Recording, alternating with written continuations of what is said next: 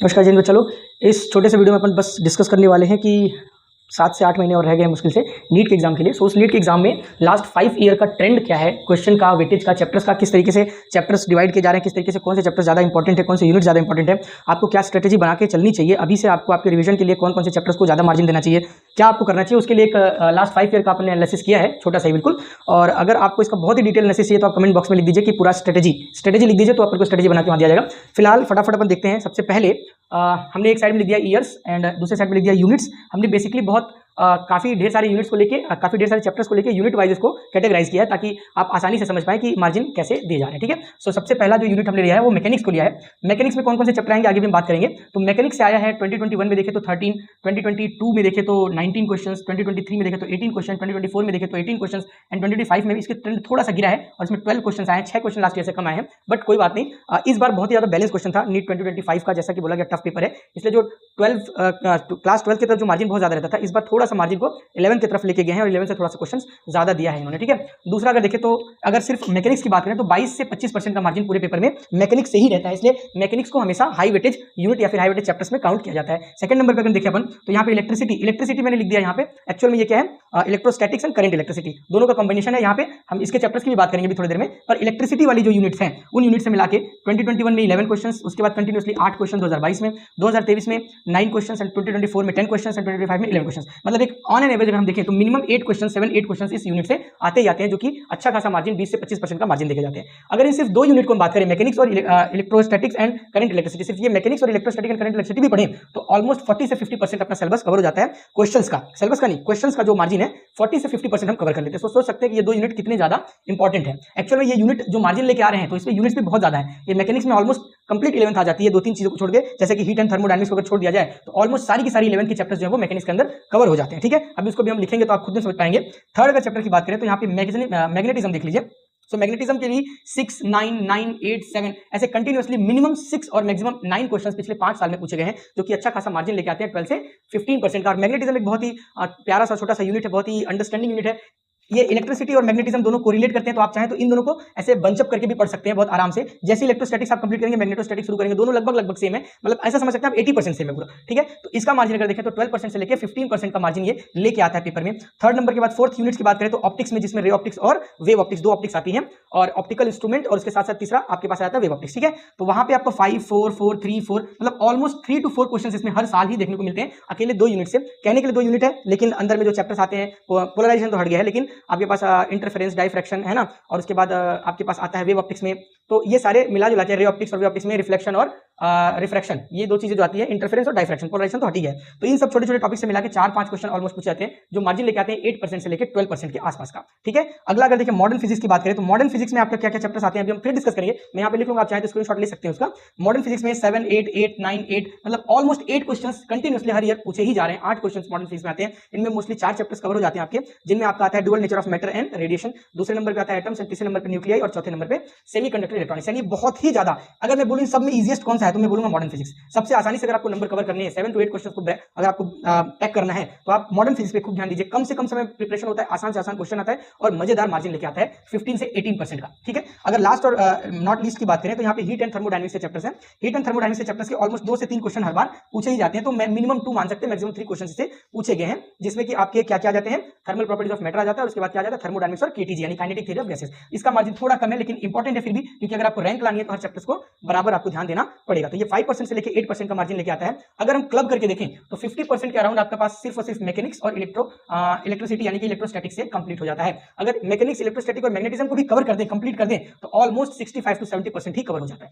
उसके बाद बचते हैं ये चैप्टर्स। इन चैप्टर्स को आप लेट लतीफ भी कर सकते हैं, आगे पीछे भी कर सकते हैं, आप एक अच्छा स्ट्रेटेजी बना के शाम को कर सकते हैं। अगर आप कमेंट में लिखेंगे स्ट्रेटेजी तो मैं एक बड़ा वीडियो बनाऊंगा 10-15 मिनट का, जिसमें डिटेल में अपन के चैप्टर को ब्रेक करके, इवन एक टॉपिक को ब्रेक करके देख लेंगे कि कौन सा टॉपिक ज्यादा इंपॉर्टेंट है और कैसे कैसे आपको प्लान बनाना चाहिए। ठीक है, क्लबिंग में अगर देखें हम तो मैग्नेटिज्म और मॉडर्न फिजिक्स जो कि क्लास 12 के दोनों ही चैप्टर्स हैं, अगर इन दोनों को हम करें तो ये भी हैवी मार्जिन वाले हैं। ये दो चैप्टर्स आपस में मिलकर 25 से 30% का मार्जिन लेके जाते हैं। तो यानी ये दो और ये दो को क्लब कर दिया तो आपने ऑलमोस्ट 80% कवर कर लिया, 80% कवर कर लिया। कौन से यूनिट से आपको ज्यादा इजी समझ में आता है, कौन सी यूनिट से आप ज्यादा अच्छे से तैयार कर सकते हैं, उस हिसाब से आपने आपको पेयरिंग बनानी है, ठीक है। और अगर बात करें बाकी लिस्ट वाले, तो ऑप्टिक्स कम मार्जिन इसलिए दिख रहा है क्योंकि इसमें चैप्टर भी सिर्फ 2 ही है। कौन से?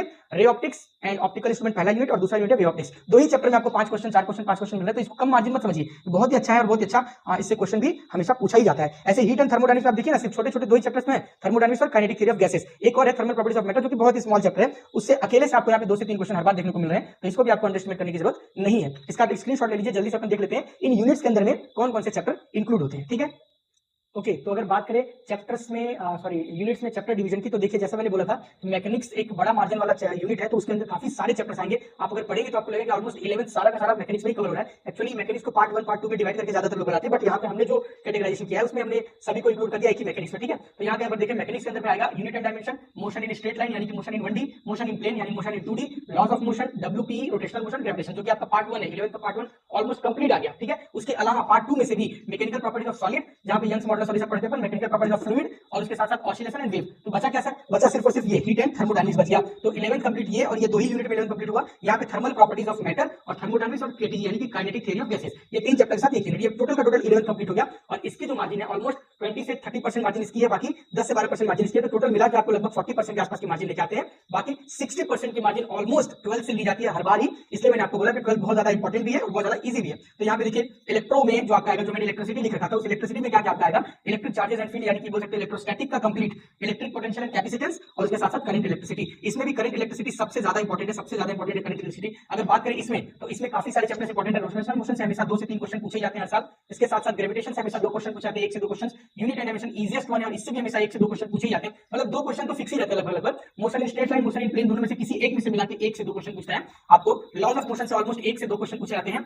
WPE से कभी आता भी है, कभी नहीं भी आता है, लेकिन एक क्वेश्चन आप यहां से एक्सपेक्ट कर सकते हैं। Mechanical properties of solid and fluid दोनों को मिला दिया जाए तो 2 से 3 क्वेश्चन आप एक्सपेक्ट कर सकते हैं। ऑसिलेशन और वेव दोनों में से किसी एक में से एक क्वेश्चन आपको हमेशा देखने को मिलेगा। अगर बात करें इलेक्ट्रोस्टैटिक और इलेक्ट्रोस्टैटिक्स की, इलेक्ट्रिक चार्जेस एंड फील्ड से ज्यादातर क्वेश्चन कभी देखने को मिलेंगे। अगर आप चाहें तो एक समझ सकते हैं साइड के क्वेश्चन से पूछे ज्यादातर क्वेश्चन इलेक्ट्रिक पोटेंशियल, कैपेसिटेंस और करंट इलेक्ट्रिसिटी, इसमें भी सबसे ज्यादा क्वेश्चन करंट इलेक्ट्रिसिटी से 2 से 3 क्वेश्चन पूछे जा सकते हैं। इलेक्ट्रिक पोटेंशियल एंड कैपेसिटेंस से 1 से 2 क्वेश्चन हमेशा पूछे जा सकते हैं, ठीक है। अभी बात करेंगे मैग्नेटिक, तो मैग्नेटिज्म की बात करें ये इसी चैप्टर में और इसके साथ मार्जिन भी ठीक ठाक सा है इसमें, ठीक है। मोशन चार्जेस एंड मैग्नेटिज्म से बेसिक क्वेश्चन 1 से 2 पूछे जा सकते हैं। मैग्नेटिज्म एंड मैटर से अगेन 1 से 2 क्वेश्चन पूछे जा सकते हैं। EMI से एक क्वेश्चन, अल्टरनेटिंग करंट से बाहर के क्वेश्चन पूछे जाते हैं, 2 से 3 क्वेश्चन आ सकते हैं। ये आपसे 1 से 2 क्वेश्चन आने के चांसेस है, ठीक है। इस तरीके से आप एक क्वेश्चन से आप डिवाइड होंगे। अब इसकी बात करें तो ऑप्टिक्स से ज्यादा क्वेश्चन पूछे जाते हैं आपके लेंस और क्या बोलते हैं मिरर से, जहां पे स्पेक्ट्रल लेंस बोलते हैं मिरर लेंस जो भी जैसे कॉन्वेक्स लेंस कंकेव लेंस को पानी में डुबा दिया, किसी 2 कॉन्वेक्स लेंस को मिला दिया, ऐसे टाइप का क्वेश्चन पूछे जाते हैं। आप यहां से भी 1 से 2 क्वेश्चन एक्सपेक्ट कर सकते हैं। ऑप्टिकल इंस्ट्रूमेंट से ज्यादा क्वेश्चन आपको माइक्रोस्कोप से टेलीस्कोप से देखने को उतना नहीं मिला, फिर भी आप 1 0 से 1 क्वेश्चन आगे भी एक्सपेक्ट कर सकते हैं। जो ऑप्टिक्स से कितना क्वेश्चन आपको देखने को मिल सकते हैं, 1 से 2 क्वेश्चन भी ऑप्टिक्स से देखने को मिल सकते हैं। यानी आपको इंस्ट्रूमेंट से क्वेश्चन मिलेगा तो इंग्लिश से क्वेश्चन मिलेगा, बाकी क्वेश्चन से या फिर तीनों से एक क्वेश्चन, मतलब ऑप्टिक्स का मार्जिन आई तो 3 से 4 क्वेश्चन आगे बढ़े तो उसी तरीके से हमने डिवाइड कर दिया। मोडल फिजिक्स जो मैं बात कर रहा हूं बहुत ही शानदार, बहुत ही आसान है। डुअल नेचर ऑफ रेडिएशन से हमेशा डुअल नेचर ऑफ रेडिएशन से 1 से 2 क्वेश्चन पूछने के चांसेस रहते हैं। सेमी कंडक्टिंग इलेक्ट्रॉनिक्स से बढ़िया 2 से 3 क्वेश्चन आते हैं, 2 से 3 क्वेश्चन आते हैं। इसमें सबसे ज्यादा मार्जिन सेमी कंडक्टिंग इलेक्ट्रॉनिक्स का रहता है और एटम्स और न्यूक्लियस से 1 से 2 क्वेश्चन आने के चांसेस रहते हैं, ठीक है। लास्ट में देखिए हीट एंड थर्मोडायनामिक्स में आप देखें थर्मल प्रॉपर्टीज ऑफ मेटल से 0 से 1 क्वेश्चन आने के चांसेस रहते हैं। थर्मोडायनामिक्स से 1 से 2 क्वेश्चन आने के चांसेस हो सकते हैं एंड केमिस्ट्री से ऑलमोस्ट 1 से 2 क्वेश्चन आने के चांस बन सकते हैं। इस तरीके से इसका आप स्क्रीनशॉट लेके देख सकते हैं। कौन सा ज्यादा आपके लिए इंपॉर्टेंट है वो देखिए। और इसमें भी हमने आपके लिए सबसे पहले 1 2 क्वेश्चन हमने दिए, यहाँ पर 3 से 4 क्वेश्चन लिखा है, 1 2 क्वेश्चन 2 से 3 क्वेश्चन आपने लिखे होंगे। तो ऐसे हम कैसे समझ पाएंगे? इसलिए बोलूं कि अगर आपको जो हम पूछेगा बताइए, मैं हर एक यूनिट को लेके आऊंगा कि कौन सी यूनिट को पहले पढ़ी चाहिए, कौन सी यूनिट को बाद में पढ़ी चाहिए, तो इससे आपको मोटा मोटा आइडिया लग जाएगा। तो शेयर करिए सारे लोगों के साथ, एक प्रॉपर स्ट्रेटजी के साथ अगर आप काम करेंगे तो definitely you will get the success, you will get your goal, ठीक है। तो इसके साथ इस वीडियो को खत्म करते हैं, अगले वीडियो में देखते हैं लेक्चर्स को, ठीक है। Thank you so much, bye.